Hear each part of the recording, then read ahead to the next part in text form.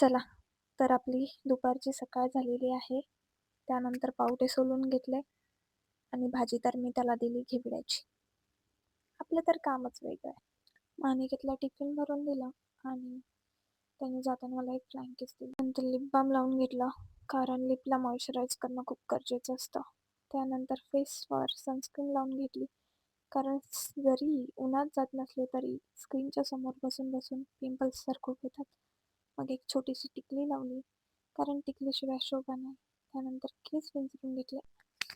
त्यानंतर दुपारचं जेवण करून घेतलं या जेवायला. त्यानंतर भांडी घासून घेतली आणि केर काढून घेतला. मग 5 वाजले, लॉग इनची वेळ झाली. अनिकेतची वाटच बघत होती की काहीतरी घेऊन येईल. तर माझ्यासाठी कॉर्नेटो घेऊन आले. देताना खूप नखरे केले, पण फायनल कॉर्नेटो माझंच झाला.